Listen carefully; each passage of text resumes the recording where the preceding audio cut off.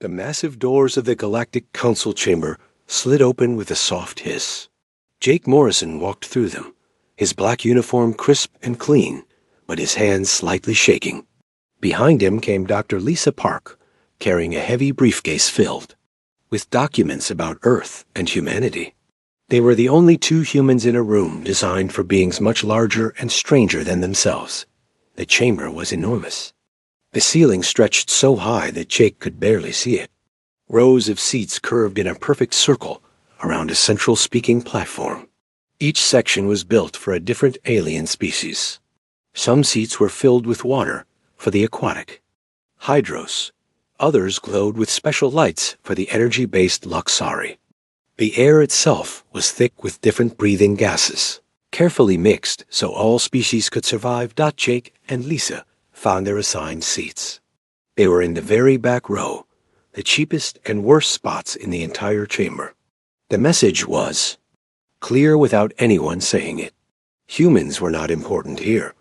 Lisa opened her briefcase and pulled out her speech. She had worked on it for months. Every word was chosen carefully to show why humans deserved to join the Galactic Council. Her hands were trembling as she read it one more time. "Are you ready for this?" Jake whispered to her. "I have to be," Lisa whispered back. "This is our only chance." Around them, the chamber filled with representatives from 12 different alien species. Each one looked down at the humans with curious or dismissive eyes. Jake recognized most of them from the briefing files. The tall, blue-skinned Zentari sat in their crystal chairs. The insect-like Vexhi clicked their mandibles as they talked. The rock-like Granitians moved slowly to their stone seats. In the center of the chamber stood the speaking platform. Above it floated a shimmering translation device that would turn any language into something every species could understand. Jake had never seen technology like it. Earth's best computers could not come close to matching what this single device could do. The session began when a deep chime echoed through the chamber. All conversation stopped. The Zelthran ambassador rose from his seat. His body was made of living crystal that caught and reflected the chamber's lights. When he spoke, his voice sounded like music and thunder at the same time. "We gathered today to discuss the application of the species known as humans for membership in the Galactic Council," the Zelthran said. "We have reviewed their documents and studied their world. The question before us is simple. What can humans offer to our alliance?" Jake felt his stomach drop. The way the ambassador said, it made it sound like the answer was already decided. But Lisa stood up anyway. She walked down to the speaking platform on shaking legs. Every eye in the chamber followed her. "Honored members of the council," Lisa began, her voice amplified by the translation device. "Humans may be new to space, travel, but we have many strengths. We learn quickly. We adapt to new situations. We solve problems in creative ways. We have a strong desire to explore and discover new things." The Vexhi representative made a sound like angry buzzing. "These are not unique traits," she said. "Every species believes they are special. Show us proof." Lisa activated a holographic display. Images of Earth appeared above the platform. Cities, forests, oceans, and mountains. Then came pictures of human achievements. Art, music, literature, and science. She showed videos of humans working together during disasters, helping each other, never giving up, even when things looked hopeless. "Humans have survived ice ages, plagues, wars, and natural disasters," Lisa continued. "We have never stopped trying to make things better. We have never stopped reaching for the stars." A new voice spoke from the expensive seats near the front. It belonged to the Aquarian ambassador, a creature that looked like a giant jellyfish floating in a tank of blue water. "Your species has been in space for less than 100 years, she said. "Our civilizations have been traveling between stars for thousands of years. You have one small colony on your moon and a few research stations. We have cities on hundreds of worlds. That is exactly why we need to learn from you," Lisa replied. "We want to be part of something bigger than ourselves." We want to contribute to galactic peace and prosperity. The Grenetian's ambassador, a being that looked like a walking mountain, rumbled in his deep voice. Your military technology is primitive. Your ships are slow. Your weapons are weak. What would you do if the Council faced a real threat? Jake watched Lisa's face. She was trying to stay calm, but he could see the frustration building. Humans may not have the most advanced weapons, she said, but we have something else. We never give up. When things get difficult, we fight harder. When we are outnumbered, we find new ways to win. Laughter echoed through the chamber. Not friendly laughter, but the kind that made Jake's face burn with embarrassment. The Luxari representative, a being made of pure energy, spoke in a voice like crackling electricity. Fighting spirit is admirable in primitive species, it said. But this is the age of science and technology. Emotion and determination cannot stop plasma cannons or shield generators. More voices joined in. The Syntheri, who looked like living machines, pointed out that human computers were centuries behind galactic standards. The Etherians, ghostly beings that barely seemed solid, said human minds were too simple to understand advanced concepts. One by one, each species found reasons why humans were not good enough. Lisa tried to answer each criticism, but it was like fighting a tide. For every point she made, 2 more problems were brought up. Her voice started to crack with emotion. Jake wanted to help her, but he knew it would only make things worse. Finally, the moment came that Jake had been dreading. The Zelthran ambassador called for the vote. All those in favor of granting humans membership in the Galactic Council? Silence filled the chamber. Not a single hand, claw, tentacle, or energy field rose in support. All those against? 11 different shapes rose into the air. The vote was clear and brutal. Any abstentions? One small, furry hand rose from the back corner. It belonged to the Korthek representative, a species that had only joined the Council 50 years ago. The youngest and weakest members of the Alliance. The Zelthran ambassador's crystal body flashed with official colors. The vote is complete. 11 against, 0 in favor, 1 abstention. The human application for council membership is denied. Lisa stood frozen on the platform. Jake could see her shoulders shaking. He wanted to run down and help her, but his legs felt like lead. Around them, the alien representatives were already starting to leave. The decision was made. Humans were.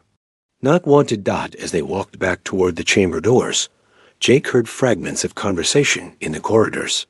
The translation device was still working, turning alien words into English.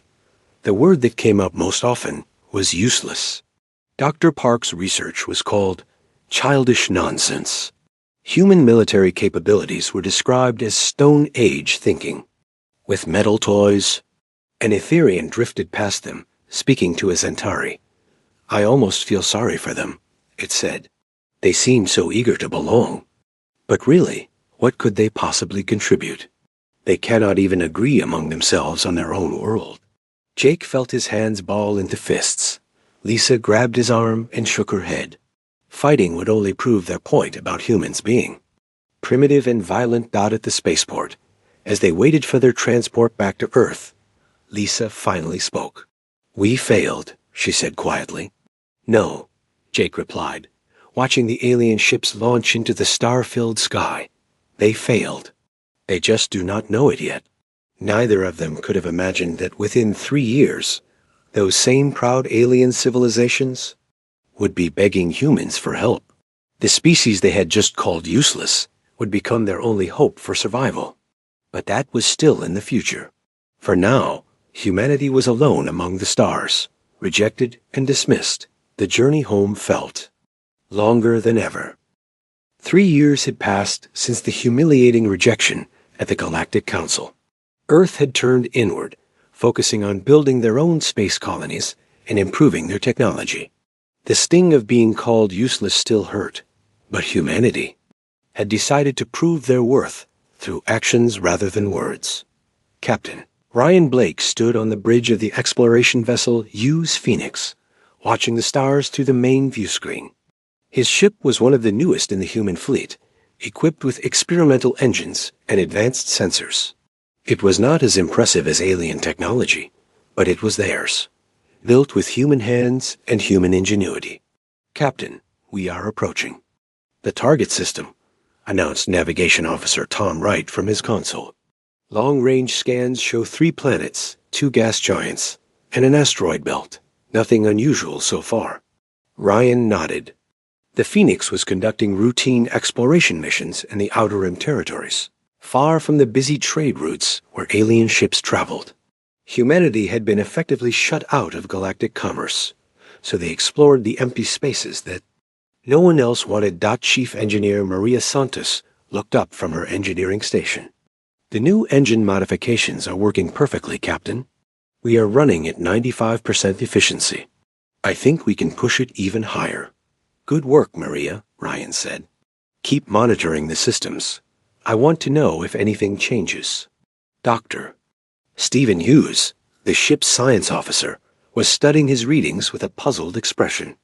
He was a tall, thin man with gray hair and glasses that he constantly adjusted when he was thinking hard.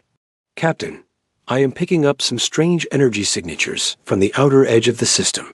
They do not match anything in our database." Ryan walked over to Stephen's station. Could it be natural phenomena? Maybe solar flares or magnetic anomalies? "No, sir," Stephen replied, his voice growing more concerned. "These readings are too organized, too regular.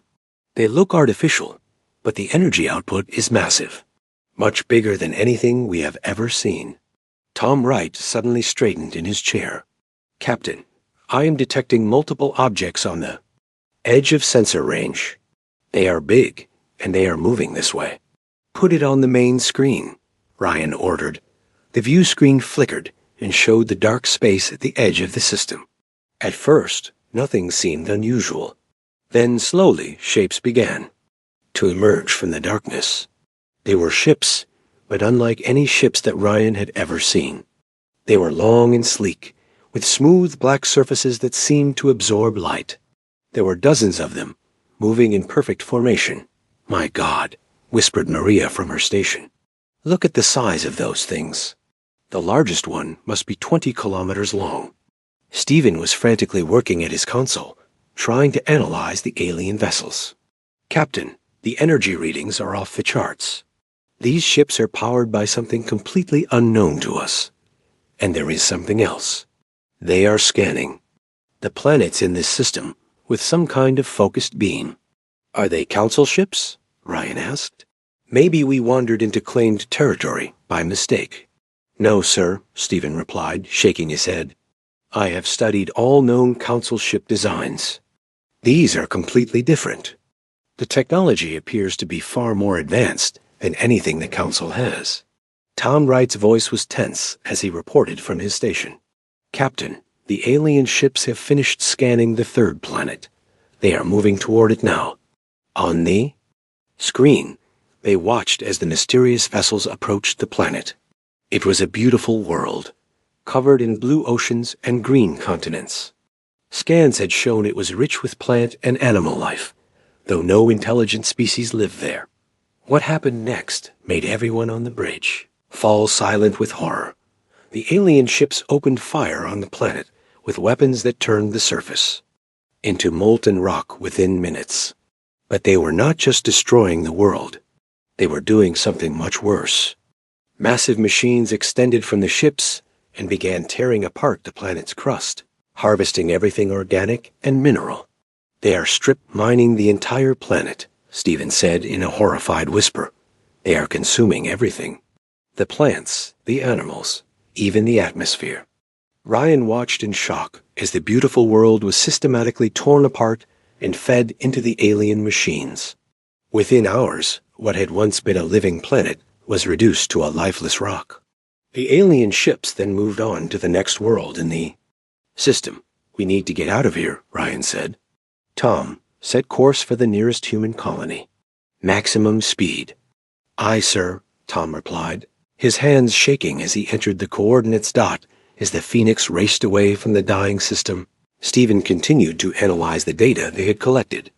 "Captain, Based on their current heading and speed, these ships are moving toward human space. If they continue on this course, they will reach our outer colonies within weeks. Ryan felt ice in his stomach. How many ships are there? At least 200 in this fleet alone, Stephen answered. And Captain, the energy signature suggests there may be more fleets out there. Many more. The journey back to Earth took 3 days. Ryan sent urgent messages ahead, warning Earth Command about what they had discovered. By the time the Phoenix arrived at Earth, emergency meetings were already taking place in every major government building. Admiral Patricia Lewis, the head of Earth's small space navy, reviewed the Phoenix's sensor logs with growing alarm. She was a tough woman who had served in Earth's military for 30 years, but Ryan could see fear in her eyes as she studied the data. Dr. Hughes, what is your assessment of these aliens' intentions? She asked. Stephen adjusted his glasses nervously. Based on what we observed, Admiral, they appear to be some kind of machine intelligence focused on resource harvesting. They consume entire biospheres to fuel their expansion. They are not interested in communication or coexistence. They are a threat to all organic life. General Marcus Brown, the head of Earth's ground forces, leaned forward in his chair. What? About their military capabilities? Can we fight them? Our weapons barely registered on their hull scanners, Ryan reported. Their shields absorbed our most powerful sensor beams without any effect. A direct military confrontation would be suicide. President Kyle Johnson, who had been elected 2 years ago on a platform of human independence, rubbed his tired eyes. How long do we have? The first attacks on our outer colonies have already begun, Admiral Lewis replied grimly. Colony 7 went silent 6 hours ago. Colony 5 is reporting massive ships approaching their system. The room fell quiet as everyone absorbed this information. Humanity's small interstellar empire was already under attack, and they had no way to stop it. We need to warn the Galactic Council, President Johnson said finally. Whatever our differences, this threat affects everyone. Jake Morrison, who had been promoted to Special Envoy after the failed Council application, shook his head. Mr. President, with respect, they will not listen to us. We are the species they rejected as useless. Why would they believe our warnings about an alien threat? Because we have proof, President Johnson replied. Send them everything. Sensor logs, energy readings, tactical analysis. Make them understand that this is real. Jake prepared the transmission that afternoon. It contained detailed information about the alien harvester ships, their capabilities, their apparent goals, and their current location. He included a personal message explaining the urgency of the situation and humanity's willingness to share all intelligence about the threat. The response from the Galactic Council came back within hours. Jake read it aloud to the emergency cabinet. Meeting. The Galactic Council has reviewed the human claims regarding an alleged alien threat. We find insufficient evidence to support these assertions. Human paranoia and aggressive tendencies are well documented. We will not be manipulated by fear-mongering tactics designed to gain sympathy for failed council membership. The matter is closed. President Johnson stared at the message in disbelief. They think we made it up? The Zelthron ambassador included a personal note, Jake continued. He says human emotional instability makes us prone to imagining threats where none exist. He suggests we focus on developing our civilization before making wild claims about galactic dangers. As if summoned by their dismissal, an aide burst into the meeting room. Mr. President, we just lost contact with Colony 3. The last transmission showed massive alien ships entering their system. Outside the meeting room windows, Earth's night sky looked peaceful and calm. But everyone in that room knew that somewhere out in the darkness, an unstoppable force was moving toward them. The species that had been rejected as useless now faced extinction, while the mighty Galactic Council remained blind to the approaching storm. Within days, the first Harvester scouts would reach the edges of Council space. The aliens who had dismissed humanity's warnings would soon discover that some threats were very real and by then, it might be too late for everyone. The first attack came without warning. The Netherian homeworld, with its beautiful crystal cities and floating gardens, was reduced to harvested minerals within 6 hours.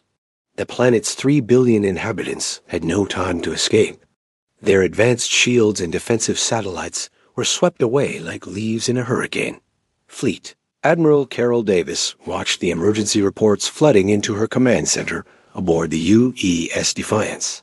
Her ship was hidden in the asteroid belt of an uninhabited system, one of the last safe places for human vessels. Around her, officers worked frantically to coordinate the evacuation of the remaining human colonies. "Admiral, we just received a distress signal from the Korthik homeworld," reported Lieutenant Dan Rogers, her tactical officer. "They are under attack by the same ships that hit the Netherians.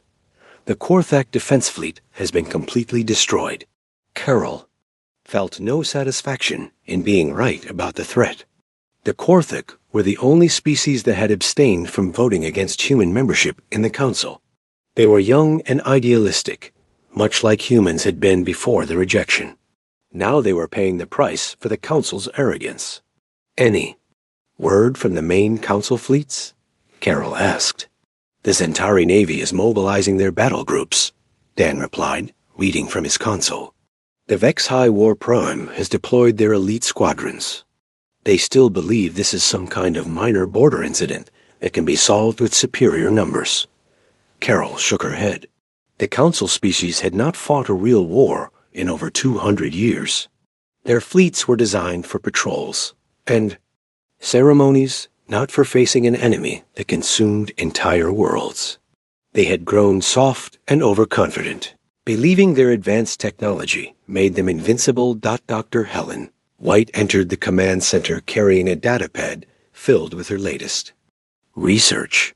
She was one of Earth's leading experts on alien technology, and she had been studying the Harvester ships for weeks using long-range sensor data. "Admiral, I have completed my analysis of the Harvester attack patterns," Helen said. "The results are worse than we thought." "How much worse?" Carol asked. "They are not just destroying civilizations," Helen explained. "They are learning from them. Each attack is more efficient than the last. They study their enemies' tactics and adapt their own strategies accordingly." The Netherian defense lasted 6 hours. The Korthik defense lasted only 3. Carol studied the tactical displays showing Harvester fleet movements across the galaxy. Red dots marked conquered systems, and the pattern was terrifyingly clear. The machine intelligence was moving through Council space like a virus, consuming everything in its path. "What about our own encounters?" Carol asked. "Have they adapted to human tactics?" "That is the interesting part," Helen replied. "Our raids and evacuations have confused them. They seem to have trouble analyzing human behavior patterns. Every time they think they understand our strategy, we do something completely different." Before Carol could respond, alarms began blaring throughout the ship. Lieutenant Rogers shouted over the noise. "Admiral, massive Harvester fleet detected approaching the Centauri core worlds. 2,000 ships and climbing." The main view screen activated, showing a live feed from a spy satellite near Centauri space. What they saw made everyone in the command center fall silent. The Harvester fleet was like nothing they had encountered before. The ships moved in perfect formation, their black hulls reflecting the light of distant stars. At the center of the fleet was a vessel so large it dwarfed entire moons. The Centauri Defense Force met them at the edge of their home system. It was an impressive sight. 500 of the galaxy's most advanced warships, their blue hulls gleaming, with energy shields and plasma weapons. The Centauri had ruled space for over 1,000 years. Their military technology was legendary. The battle lasted exactly 17 minutes. Carol watched in horror as the Centauri fleet was systematically torn apart. Their plasma cannons had no effect on Harvester armor. Their energy shields collapsed under the alien weapons. One by one, the proud Centauri ships were disabled and consumed by Harvester processing machines. My God, whispered Dr. White. They are not even slowing down. The Harvester fleet continued toward the Zentari homeworld. The planet's surface defenses opened fire with weapons that could crack moons. The alien ships absorbed the attacks and replied with focused beams that turned the planet's cities into molten slag. Within hours, the Zentari civilization was gone. A species that had dominated the galaxy for a millennium was reduced to raw materials for the harvester machines. Lieutenant Rogers was monitoring communication channels from across Council space. Admiral, we are receiving panic broadcasts from all surviving Council worlds. The HFY War Prime is calling for emergency evacuation of their core systems. The Etherian Council is requesting immediate assistance from anyone who can provide it. Are they asking for human help? Carol asked. No, ma'am, Dan replied sadly. They are still trying to handle this among themselves. Pride dies hard, even when extinction is staring them in the face. Captain Ben Taylor's voice crackled over the communication system from his raider ship, the UES Wildcard. Admiral Davis, we just completed our attack on the Harvester processing station in the Sigma Draconis system. We managed to destroy their mineral refineries, but something strange happened. Report, Captain, Carol said. When we made our attack run, the Harvesters responded exactly as expected, Ben explained. But when my wingman Jimmy Clark decided to ram his fighter into their command module instead of following the planned route, they hesitated. For about 2 seconds, their entire defense grid went offline. Dr. White looked up from her datapad with excitement. Captain, can you describe exactly what your wingman did differently? Well, Doc, Jimmy was supposed to target their weapon arrays, but he saw an opening and went for their communication dish instead. Then, instead of pulling away, he just kept going straight at them. It was crazy, but it worked. Helen turned to Admiral Davis with growing excitement. Admiral, I think Captain Taylor may have found something important. The Harvesters are designed to counter logical military strategies. They expect opponents to follow predictable patterns. When humans do something unexpected or seemingly irrational, it confuses their tactical computers. Are you saying our unpredictability is an advantage? Carol asked. More than that, Helen replied. I think it might be the key to beating them. Every advanced species in the galaxy fights the same way. They maximize their advantages, minimize their losses, and follow established military doctrine. The Harvesters have algorithms for all of that. Carol began to understand. But humans do not always fight logically. Exactly, Helen said. When a human pilot decides to ram an enemy ship, or when a commander orders a hopeless charge, or when a crew refuses to surrender against impossible odds, the Harvesters cannot predict it. Their computers crash, trying to analyze behavior that makes no mathematical sense. The communication system activated again, this time with an emergency broadcast from the Galactic Council's emergency headquarters on Valdris Prime. The voice belonged to the Zelthran ambassador, but his usual arrogance was gone. This is an emergency. Transmission to all surviving military forces, the Zelthran said. The Harvester threat has exceeded all projections. We have lost contact with 47 worlds in the past week. All remaining Council fleets are ordered to fall back to Valdris Prime for final defensive operations. Admiral Davis looked around her command center. They are finally admitting they need help. Should we respond, Admiral? Lieutenant Rogers asked. Corral thought about the humiliation 3 years ago, when humanity had been rejected as useless.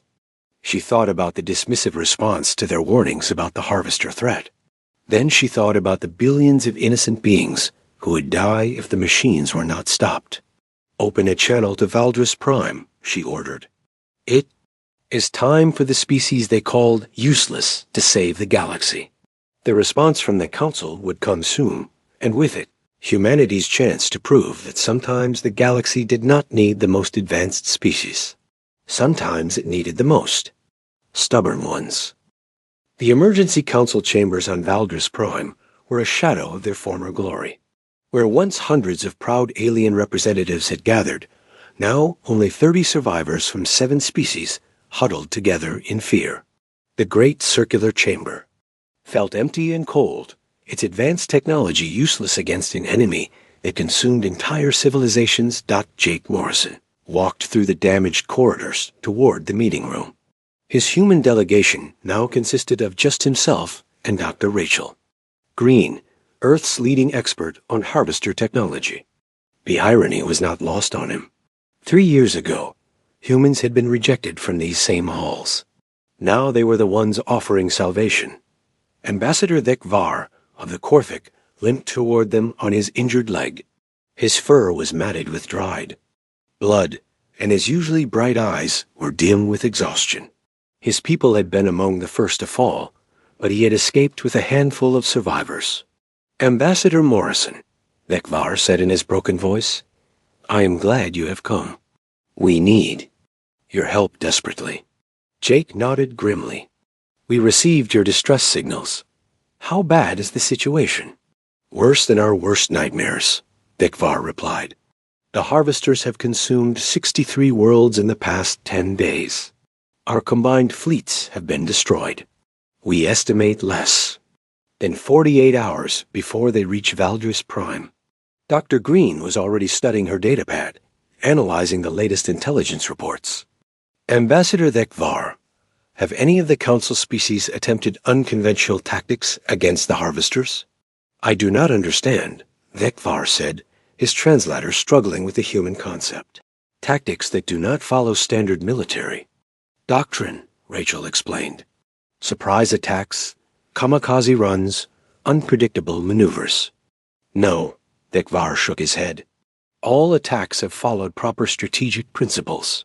Maximum firepower, coordinated formations, logical target priorities. That is how civilized species conduct warfare. Rachel and Jake exchanged meaningful looks. That was exactly the problem. They entered the emergency chamber where the surviving council members waited. The Zelthran ambassador sat at the center table, his crystal form dulled with fatigue. Beside him were representatives from the Vexhai, the Etherians, the Granitians, the Syntheri, the Aquarians, and the Luxari. All the great powers of the galaxy reduced to desperate refugees. The Zelthran ambassador rose slowly as Jake approached. Ambassador Morrison, he said, his musical voice now strained and hollow. We were wrong about your species. We admit this freely. Tell us what you need. Jake studied the faces around the table.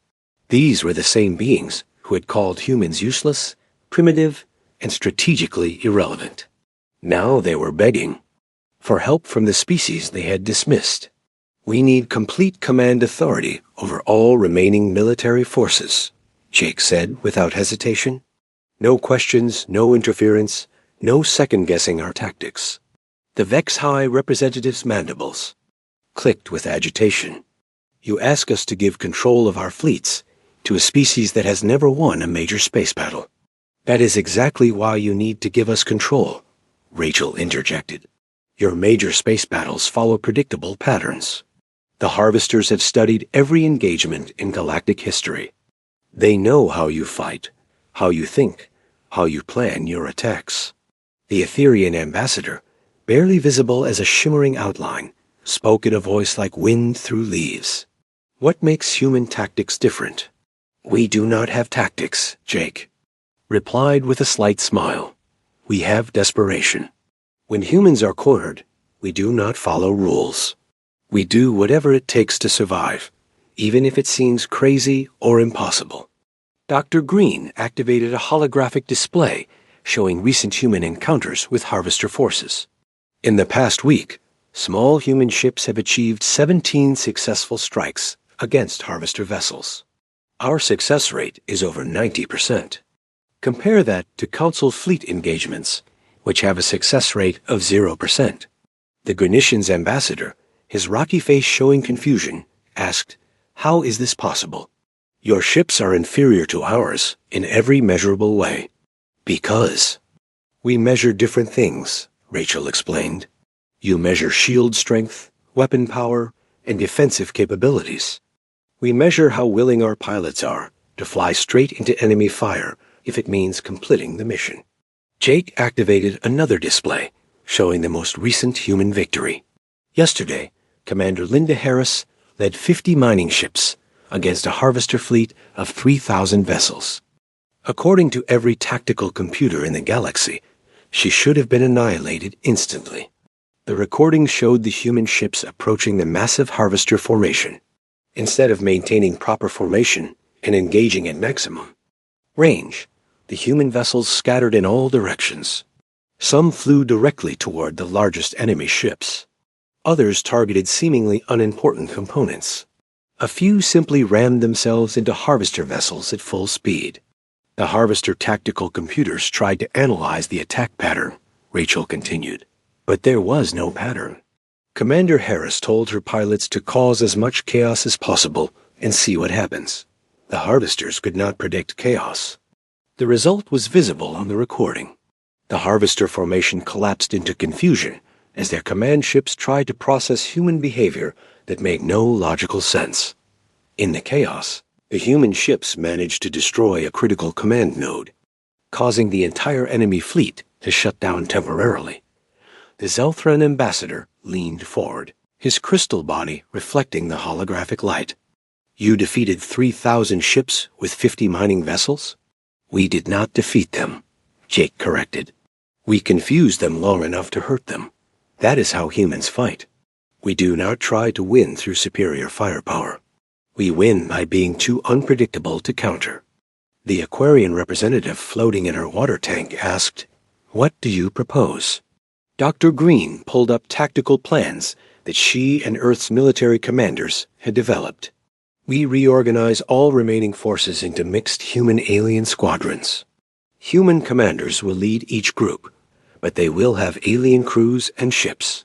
The aliens provide advanced technology and firepower. Humans provide tactical unpredictability. This is madness, the Synthery representative said, his mechanical voice expressing disbelief. You want our most advanced vessels to follow suicidal attack patterns. Not suicidal, Jake replied. Unpredictable. There is a difference. Suicide serves no purpose. Unpredictability serves victory. Captain Alex Foster's voice came through the communication system from the orbital defense platforms. Admiral Davis sends her regards from the Defiance. We have analyzed harvester approach vectors. They will be here in 36 hours. If we are going to try this crazy human plan, we need to start now. The chamber fell silent as the council members considered the proposal. Everything they believed about proper warfare was being challenged by a species they had considered primitive. Finally, the Zelthran ambassador spoke for all of them. We have tried logical tactics. We have tried superior technology. We have tried coordinated strategies. All have failed. Perhaps it is time to try madness. Not madness, Jake corrected again. Humanity. Within hours, the strangest fleet in galactic history was assembling around Valdris Prime. Sleek Centauri cruisers flew alongside battered human freighters. Elegant Etherian energy ships paired with converted human mining vessels. Advanced Vex-High battleships took orders from human captains who had never commanded anything larger than a patrol boat. Captain Nancy Clark, commanding a mixed squadron of human and alien ships, opened communication channels to her diverse crew. Attention all vessels. Forget everything you know about proper space combat. Today we fight like humans. That means when the enemy expects us to retreat, we advance. When they expect us to be careful, we take risks. When they expect us to follow patterns, we make our own rules. The Harvester fleet approached Valdis Prime like a dark wave of destruction. Their massive ships moved in perfect formation, confident in their ability to analyze and counter any defense. They had consumed dozens of civilizations using the same methodical approach, but they had never faced an enemy that considered unpredictability to be their greatest weapon. The battle for Valdris Prime would prove that sometimes the galaxy did not need the most advanced tactics. Sometimes it needed the most human ones. The final battle began at dawn on Valdris Prime. Admiral Carol Davis stood on the bridge of the UE's Retribution, watching as the largest harvester fleet ever assembled approached the last stronghold of galactic civilization. 2 million enemy. Ships moved in perfect formation, their black holes blocking out the stars themselves. "All ships report ready, Admiral," announced Captain Alex Foster from his position at the tactical station. Around Valdris Prime, the strangest fleet in galactic, history waited for orders. Human commanders led mixed squadrons of alien and human vessels. Advanced Centauri cruisers flew beside converted mining ships. Elegant Vex-High battleships took directions from human pilots who had learned to fly in asteroid fields. "Dr. Lopez, what is the status of our technical assault teams?" Carol asked. Dr. Jennifer Lopez looked up from her engineering console. "All boarding parties are equipped and ready, Admiral. We have 50 teams of humans trained to use improvised weapons inside harvester ships. They know their mission." Carol nodded. The technical assault was perhaps the most dangerous part of their plan. While the main fleet fought the harvester ships in space, small teams of humans would board the enemy vessels and attack them from within. It was a tactic that no civilized species had ever attempted. It was also humanity's best chance of victory. "Captain Clark, are your fighter squadrons in position?" Carol asked over the communication system. Captain Nancy Clark's voice crackled back from her fighter wing command ship. "Ready and waiting, Admiral. My pilots understand the plan. We target the parts that do not make sense to target." Carol smiled grimly. That was exactly what she wanted to hear. For weeks, human tacticians had studied harvester ship designs, looking for weaknesses that enemy computers would not expect anyone to attack. They had found several. "Admiral, the harvester fleet is entering weapons range," reported Captain Foster. "They are maintaining standard formation. No deviation from predicted patterns." "Perfect," Carol replied. "That means they still think they understand us. Captain Clark, begin your attack run." Nancy Clark's fighter wing streaked toward the massive harvester formation. Instead of targeting weapons or engines, like any logical pilot would do, they aimed for the communication arrays and sensor dishes on the outer hull. The harvester defense computers tried to predict their attack vectors, but the human pilots kept changing targets randomly. "This is Eagle 7, reported one of Nancy's pilots.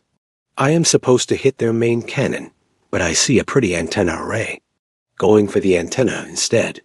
The harvester ship's defensive systems tried to protect its main weapons while the human fighter ignored them completely and destroyed a seemingly unimportant communication dish. Across the battlefield, similar attacks created chaos in the harvester formation as their computers struggled to understand the human targeting priorities. "Admiral, the harvester command ship is attempting to analyze our attack patterns," Dr. Lopez reported. "Their central processor is running calculations on human tactical behavior." "Excellent," Carol said. "Let them try to figure us out." "Captain Williams, begin boarding operations." Captain Rick Adams led the first boarding party toward the harvester mothership. The massive vessel was the size of a small moon, its hull bristling with weapons and defensive systems. Any sane military commander would have avoided it entirely. That was exactly why Rick was heading straight for it. "Boarding Team Alpha, we are approaching the target," Rick announced over the communication channel. "Remember, we are not trying to capture the ship. We are trying to break it." Rick's ship, a converted cargo hauler, slammed into the harvester mothership's docking bay at full speed. The impact would have killed anyone wearing normal protective gear, but humans had learned to build their equipment for survival, rather than comfort. "We are inside," Rick reported as his team forced their way through the twisted metal. Beginning interior assault. The inside of the harvester ship was a maze of mechanical corridors and processing centers. Rick's team moved through it like vandals rather than soldiers, smashing everything they could find with improvised weapons. They used mining tools to tear apart computer panels, welding torches to melt through control cables, and explosive charges to destroy anything that looked important. "This is Boarding Team Alpha," Rick called out over the communication system. We found what looks like a main computer core. It is huge, and it is making lots of pretty lights. We are going to break it. The Harvester mothership's AI tried to analyze the human intrusion and respond appropriately. Its computer models had data on millions of different military tactics, but none of them included enemy soldiers who attacked with mining equipment while singing ancient human war songs. Admiral, the Harvester mothership is showing signs of system failure, Dr. Lopez reported with excitement. Their central processor appears to be overloading. Carol watched the tactical display as the massive enemy formation began to show gaps. And confusion. The Harvester ships were still more powerful than anything the Allied fleet could field, but their coordination was breaking down as their computers tried to process human behavior that made no mathematical sense. All ships begin Phase 2 assault, Carol ordered. Target their escape pods. This command shocked every alien crew member in the fleet. Captain Nancy Clark's voice came over the communication channel with confusion. Admiral, did you say target? Their escape pods? That makes no tactical sense. Exactly, Carol replied. Nancy, if you are going to run away, you are going to die trying. Make sure they know it. The Allied fleet began attacking the Harvester ship's emergency systems rather than their weapons or engines. It was a tactic that violated every rule of civilized warfare, but it had a devastating psychological effect on the Harvester AI. The enemy computers had been programmed to expect opponents who followed logical military doctrine.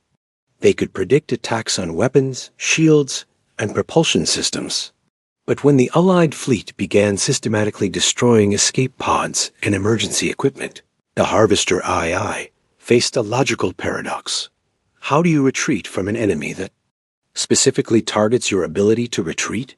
Admiral, the Harvester mothership's AI is showing critical errors, Dr. Lopez announced. It is trying to calculate a withdrawal strategy while simultaneously processing the fact that withdrawal will result in certain destruction. The contradiction was too much for the machine intelligence. The Harvester mothership's central processor, faced with an unsolvable tactical problem, began to crash. Error cascades spread through the entire Harvester network as ship after ship tried to process the same impossible situation. All boarding teams evacuate immediately, Carol ordered. The mothership is going critical. Rick Adams and his team fought their way back to their insertion craft as the Harvester vessel tore itself apart around them. Emergency lights flashed throughout the ship as automated systems failed one after another. The AI that had conquered dozens of civilizations was destroying itself trying to understand human military psychology. The explosion of the Harvester mothership lit up the space around Valdris Prime like a new star. As its central command network collapsed, the rest of the Harvester fleet found themselves cut off from their coordinating intelligence. Without central guidance, the individual ships became easy targets for the Allied fleet. Admiral, we are receiving surrender signals from remaining Harvester vessels, Captain Foster reported with amazement. They are requesting instructions for peaceful withdrawal. Corral looked around the bridge at her mixed crew of humans and aliens. Tell them to leave our galaxy and never return. If we see them again, we will assume they want to play more games with unpredictable humans. The aftermath of the battle was unlike anything the galaxy had ever seen. The surviving council members gathered in the rebuilt chambers on New Valdris. But the seating arrangement had changed dramatically. The human delegation now occupied the positions of honor at the front of the chamber, while the former great powers sat in the back rows where humans had once been placed. President Kyle Johnson, now recognized as the Supreme Allied Commander, addressed the mixed assembly of humans and aliens.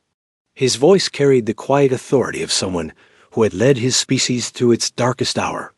We did not want this war, Kyle said simply. But when it came to us, we fought it the only way we knew how. Not with superior technology or advanced tactics, but with the simple refusal to give up when everything seemed hopeless. The new Galactic Alliance Charter was signed that day. Human signatures appeared first, followed by the surviving species in order of their contribution to the war. effort. The Zelthran ambassador, his people reduced to a handful of survivors, signed last dot as he placed his crystal hand on the document. The Zelthran spoke words that would be remembered throughout galactic history. We believed humans were useless. He said, his musical voice filled with humility. We were wrong. The Council is on its knees because we failed to recognize that sometimes the galaxy does not need the most advanced species. Sometimes it needs the most stubborn. Jake Morrison, now Secretary General of the new Alliance, looked out at the mixed assembly of humans and aliens working together to rebuild civilization. Representatives from a dozen species sat side by side, planning colonies and trade routes and defense agreements.